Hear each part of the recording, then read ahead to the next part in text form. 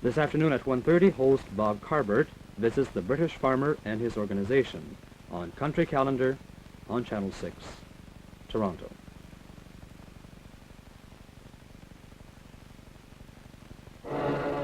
Sometimes history needs a push. This man, Nicholas II, got pushed. This man, Lenin, did the pushing. And this man, Karl Marx, supplied the ideas that drove the man who did the pushing.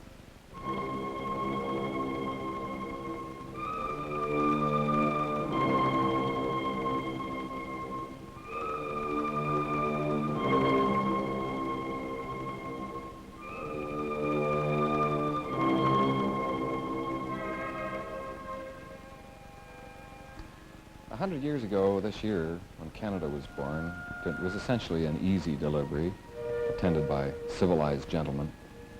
50 years ago, Communist Russia was born. It was not an easy delivery. Few of the men who attended that event have survived it. My name is Patrick Watson. This is the Russian Revolution.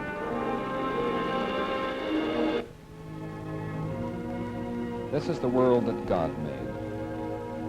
And this is the portion that Tsar of all the Russias rules by divine mandate from God himself. As the 20th century opens, the empire of the Tsar sprawls heavily across two continents, from the Gulf of Finland to the Pacific shore. It includes most of the land areas of the Arctic.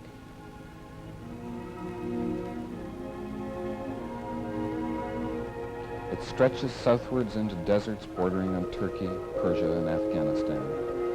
History presents no parallel to its vastness. The Roman Empire at its height would have been lost in it. Most of the country is sprawled across the Eurasian plain, and only at the distant margins does the plateau end in the summits of the Caucasus. The Pamirs, roof of the world, natural boundary with China.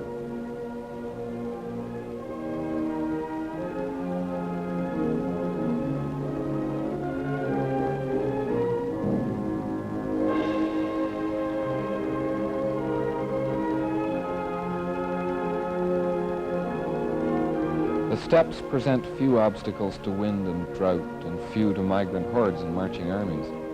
In earlier centuries, these steppes have been dominated by Asian empires, Iranian, Turkish, and Mongolian. In Russia, Europe and Asia meet.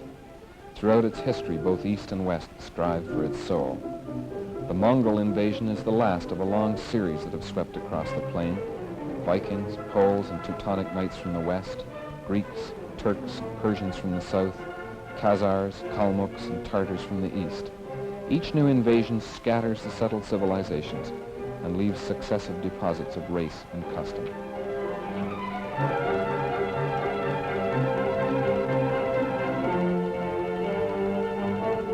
The Tartars bring with them a system of government developed by Chinese mandarins, and it's a feature of Russian life down to the present day. A vast interlocking administration of district and regional governments responsible to one supreme authority.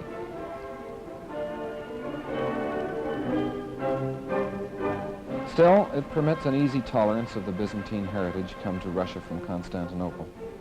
The Tartars use the Grand Dukes of Muscovy and the Russian Orthodox Church as instruments of their rule. When the Tartar Empire disintegrates, the Grand Duchy of Moscow succeeds to the leadership of their Russian Empire. Ivan the Terrible consolidates the empire, and Peter the Great grafts a vast state bureaucracy onto the Tartar legacy. And so it comes to pass that Nicholas II falls heir to a throne that combines Oriental and Byzantine despotism with the trappings of feudal Europe. His first major statement of policy reads, "I shall maintain the principle of autocracy just as firmly and unflinchingly as my unforgettable dead father." However, since the 1850s, the throne has eased the lot of the people. In 1861, the serfs are emancipated. But freedom from serfdom, for many, merely means freedom to starve. Redemption payments on the land they receive are high and the crop yield is low. Many fall into the hands of local moneylenders or end up working for kulaks, the tough and wily minority that succeeds.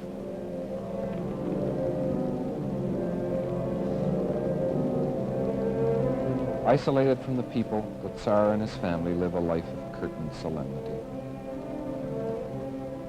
Freeing the serfs also gives a powerful impetus to the development of industry, as thousands of peasants leave the land for a new bondage in the factories and the mines.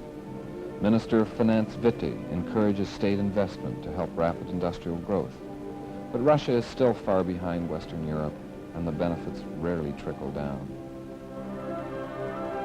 The literature of 19th century Russia is the mirror that reflects the changing social conditions. But the Tsar doesn't read literature. He's a writer himself, a diarist. Year after year it drags along, a dreary record of spiritual emptiness. Walked along and killed 2 crows, drank tea by daylight. But a new generation of activists seeks to spread revolutionary ideas among the peasants. These are the intelligentsia, lawyers without practice, journalists without papers, politicians without parties.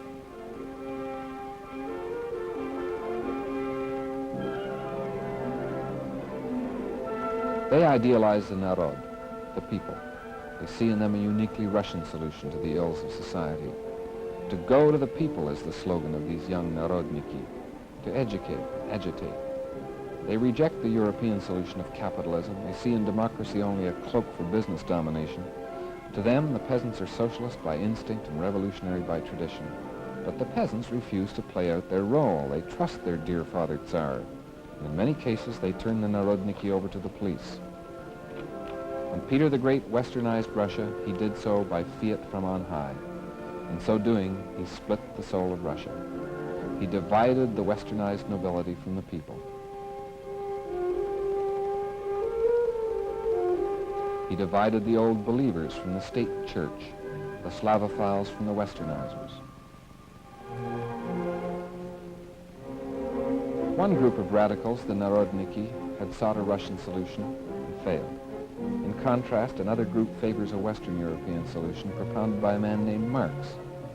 Their discovery of the writings of Marx coincides with the rapid growth of Russian industry. Here is the creed Russia is looking for, an explanation for the failure of revolutionary activity among the peasants. The answer is obvious. The revolution lies with the industrial workers, what Marx calls the proletariat. Earlier, Dostoevsky, putting words in the mouths of the people, has written, "In all things I go to the uttermost extreme. My life long I have never known moderation." The Marxists idealize the industrial workers, where the Narodniki idealize the peasants.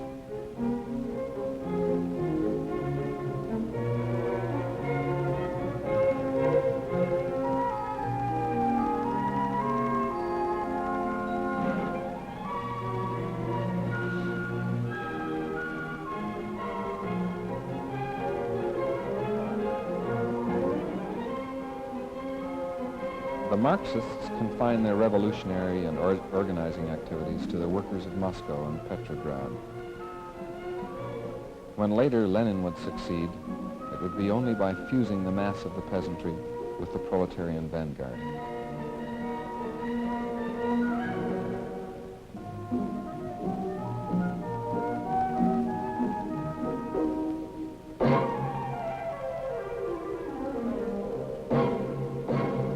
First 4 years of the century, a kind of lethargy descends upon Russia. Everyone senses danger, but nothing is done. A Japanese observer sums up the situation. An incompetent government is being oppressed by an ineffectual revolution.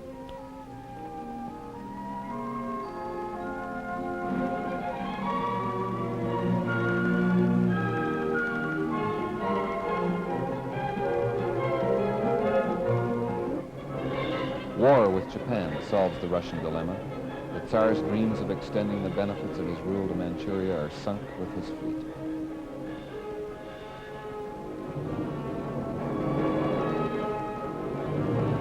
After a series of disastrous defeats, he's forced to sign a humiliating peace.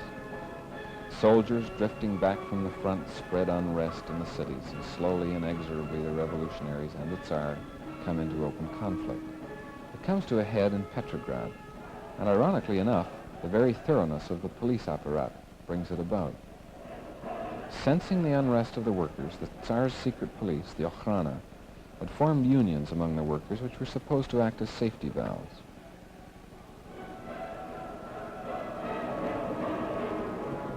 But on January the 22nd, 1905, a police union official, a certain Father Gapon, organizes a march of 200,000 people. They march exalted on the Winter Palace, singing, "God Save the Tsar."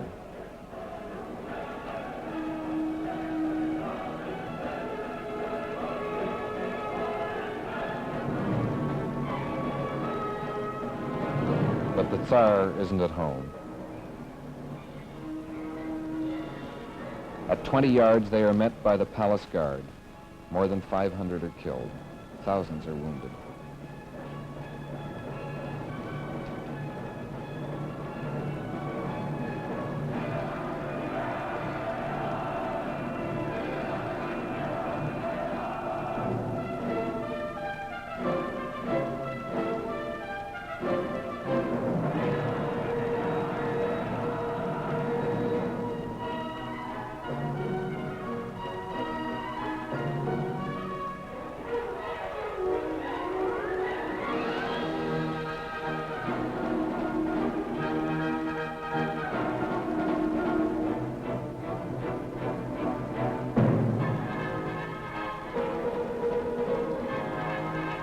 After Bloody Sunday, Nicholas will never be the dear Father Tsar of his people again.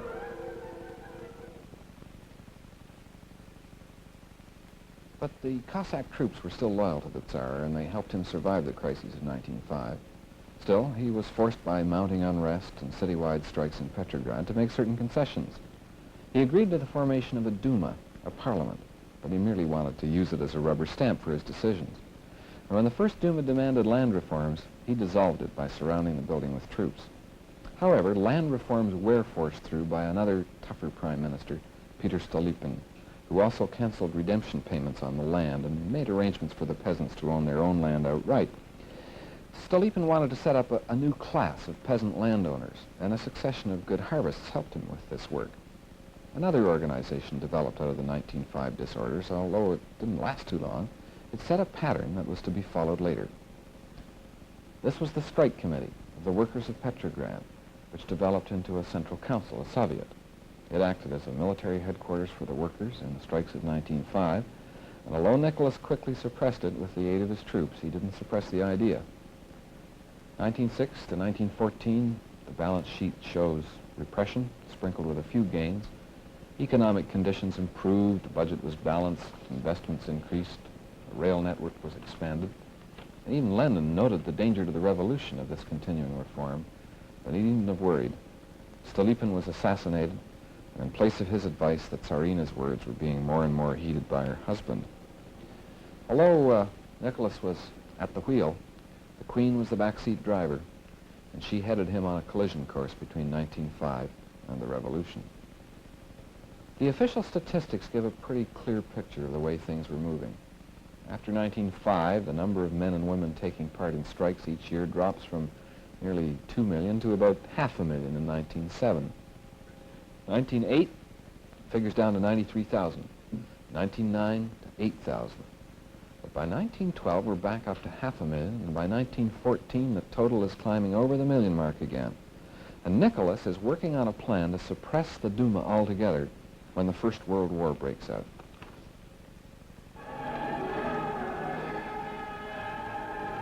Russia and Europe were swept by patriotic euphoria on the outbreak of the Great War. One after the other, the great powers had drawn in. The expectation of social democratic opposition to an imperialist war proves to be a sham.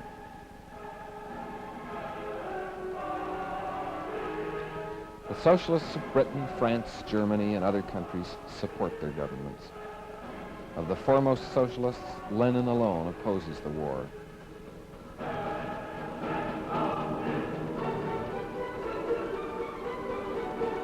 The solidarity of the working classes of Europe dissolves before a wave of nationalist emotions.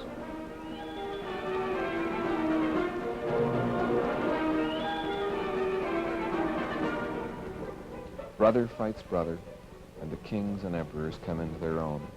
The Russian Minister of War is a military fossil who boasts that he hasn't read a military manual in 25 years. He believes in cold steel, the bayonet, mainly because there are few other weapons. But he's not the only general who's fighting the last war. The British commander, Haig, has delivered himself of the opinion that the bullet has no stopping power against the horse.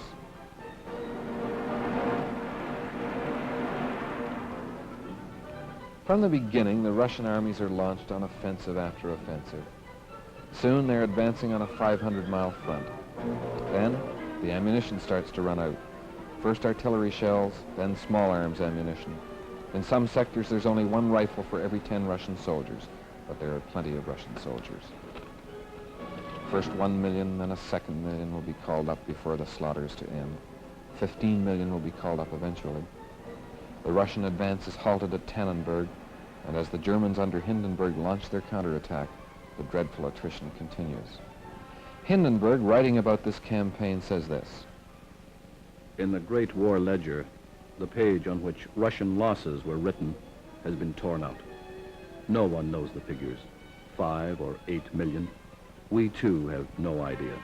All we know is that sometimes in our battles with the Russians, we had to remove the mounds of enemy corpses from before our trenches in order to get a clear field of fire against fresh assaulting waves. As the German counteroffensive gains momentum, the Russian armies retreat to what the generals call previously prepared positions.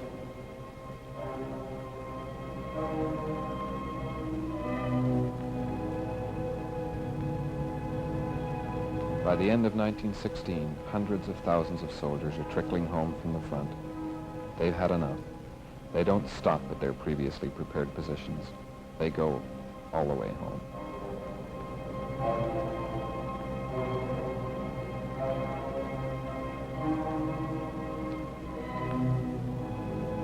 As the year draws to a close, the mystic bond between the dear Father Tsar and his people is gone. Conditions in the cities become intolerable.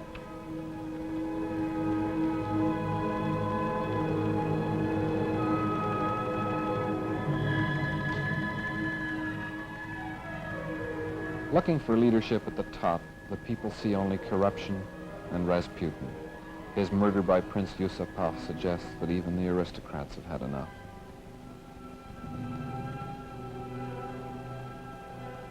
And all the while, from abroad, Lenin urges the people to turn the war into revolution.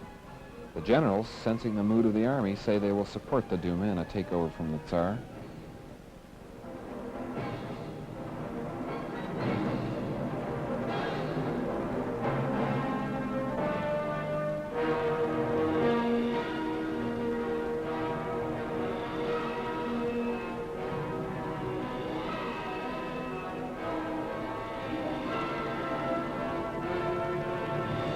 March 8, 1917, Petrograd. Housewives protesting food shortages and high prices trigger a riot.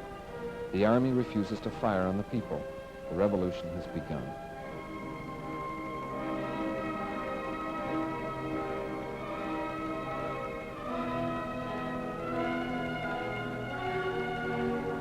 March 16th, the Duma forces Nicholas to abdicate.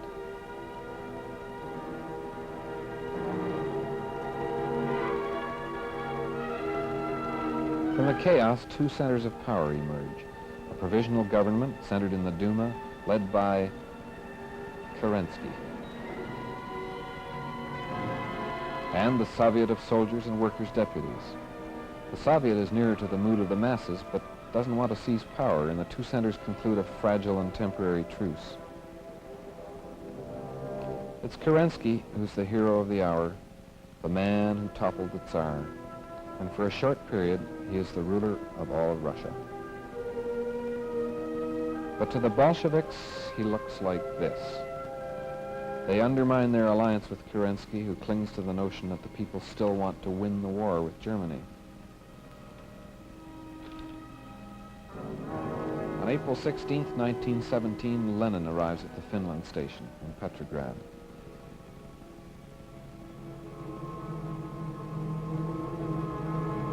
He denounces the provisional government and those who support it. He calls for an immediate end to the war, all power to the Soviets. The professional has arrived. And to the horror of orthodox Marxists, he's determined to fulfill immediately Marx's prophecy. History will never forgive us, he says, if we don't take power now. Lenin's favorite maxim was there is no revolutionary practice without revolutionary theory. And the theory he used as a guide had its origins in the mind and the writings of a 19th century thinker named Karl Marx. As the man who started this whole communist movement, would you define for me exactly... Correction, sir. Communism as an ideal goes back to the very beginnings of Western political thought. As soon as men are capable of serious reflection, the inequalities of human life become apparent and are seen to derive from private property. Men have always been interested in private property. This goes back throughout history. Prehistory, you mean, sir? The history of the class struggle, the real history, the true history only begins with communism. Well, that's your version, but what we're trying to establish, I think, tonight in this May program... I be allowed to complete my train of thought? By all means. For nearly 2,000 years, European civilization has rested upon a contradiction. On the one hand, you have a philosophy and a religion that teaches that all men are brothers. On the other, you have a system, a political system and economic system, which divides men into masters and servants. Well, I'd still like you to define exactly what you mean by communism. If you had read my critique of the Gotha problem, you would have had your own answer. Communism aims to create a classless society, one in which the production and distribution and exchange of goods are owned by the community and from which the state will have disappeared. Well, look, in this program, we're studying the Russian Revolution, a communist revolution, and the state certainly hasn't disappeared there, and the country seems to have gone up with all its oppressive mechanism and developed to its fullest extent. You asked me to define communism, sir. To continue, when all the means of production are owned by the community, the social differences between owners and non-owners disappear.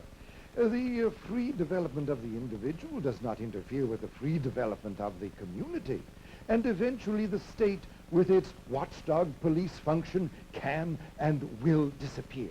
All right, Mr. Marx, you claim in your writings that history moves according to certain specific laws that you can apply scientific method to the analysis of history. Isn't that in itself a bit utopian, a bit wishful thinking? Not at all. Men must raise themselves above the brutish level and must learn to think, right? Right. If they spend all their time in work or scrounging about for food, they cannot sit down and think about their condition and ways to improve it. Well, that makes sense. That is a law. They must first feed and clothe themselves, and they must find the means to do this, the tools. These are what I call the weapons and the necessary forces and skills, these crucial productive forces which mold and shape history, which determine the economic relations of men and how they group themselves in factories and corporations in order to produce and exchange goods. Only after this sound material basis is established do you get the social superstructure, law, politics, philosophy, religion, which after all are only the reflection of the material basis. Do you follow me? Oh, yes. Do you grasp my meaning? Yes, Am I I see. straining your capacity to comprehend? No, not at all. I follow what you're saying, but I'm not sure that I like it very much. It doesn't seem to leave any room for ideas, for invention, for dreaming, for vision. You seem to be saying that society is moved only by electric power and machinery. That's exactly what I mean. Men move from the land to the cities where the factories and the mines are located. And very soon... Well, where do ideas come? Don't ideas play any role? How do ideas develop? Ideas are made in the minds of men at certain specific stages of history at a given period of economic development. What about these stages? There are 5 of these stages, one which leads into the other. First you have primitive communism, then slavery, then feudalism, then comes capitalism, and finally Communism will arrive as the last stage.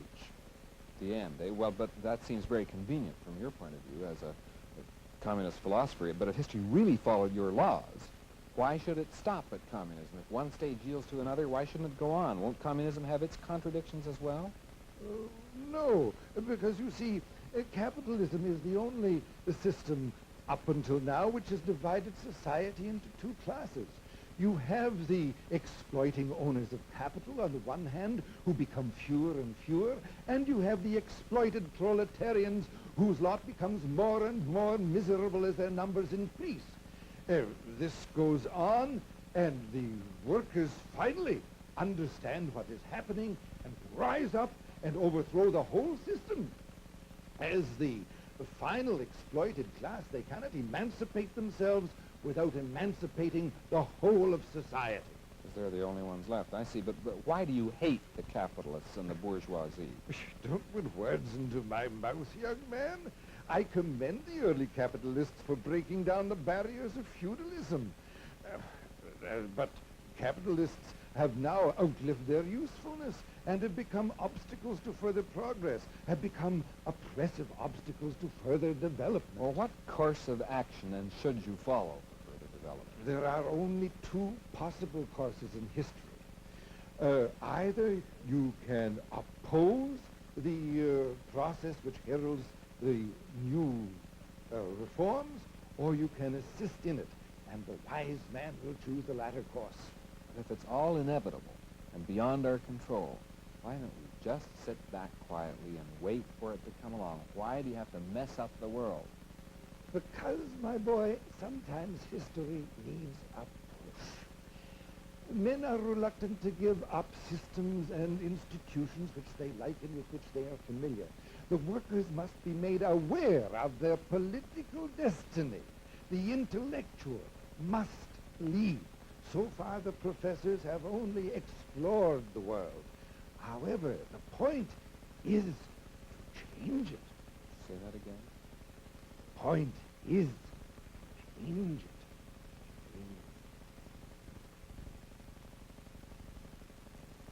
Well, despite the uncertainties of his English, Marx labored away at the development of his thinking for more than 40 years of poverty, illness, and continuous struggle. You know, it's ironic that despite his firmly maintaining the proposition that ideas don't shape the course of history, his own ideas tend to refute that very proposition. Well, Marx said the point is to change the world, and next week we meet the man who did just that, Lenin. I'm Patrick Watson. Revolution Plus 50 is a CBC extension series.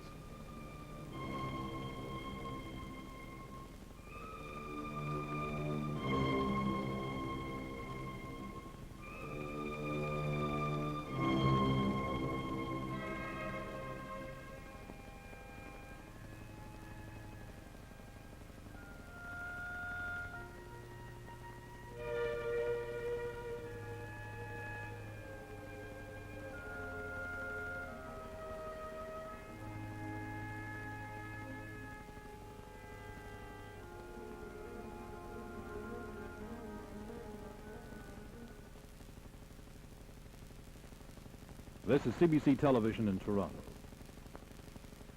To stay in the farming business today, to be a successful farmer, you have to understand what is happening on your farm. As far as crops are concerned, it's essential to know your soil, what it's made up of, what these elements do, what is happening in your soil, and why this is happening.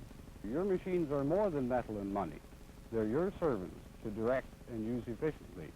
Now, if you're going to use these machines efficiently, then you have to plan ahead. As you plan the future of your family and farm, it's important to know where you're going. The whole thing is like reading a road map. Once you've found your destination, you can find several routes for getting there. In cooperation with the Ontario Department of Agriculture and Food, the CBC presents This Business of Farming, a series of 3 programs for Ontario farmers. Watch this special edition of The Business of Farming Tuesday morning at 10:30 on Channel 6. Folk singer Phil Oakes, noted for his protest songs, guest stars this afternoon at 4:30, as Through the Eyes of Tomorrow returns for another season on CBC Television. Frank Bailey of Calgary, recently appointed purchasing agent for London's Soho Playboy Club, also visits the show. Watch Through the Eyes of Tomorrow this afternoon at 4:30. This afternoon at 2, the popular Vancouver music show Chorus Gentlemen returns to Channel 6 in Toronto. It's 1 o'clock.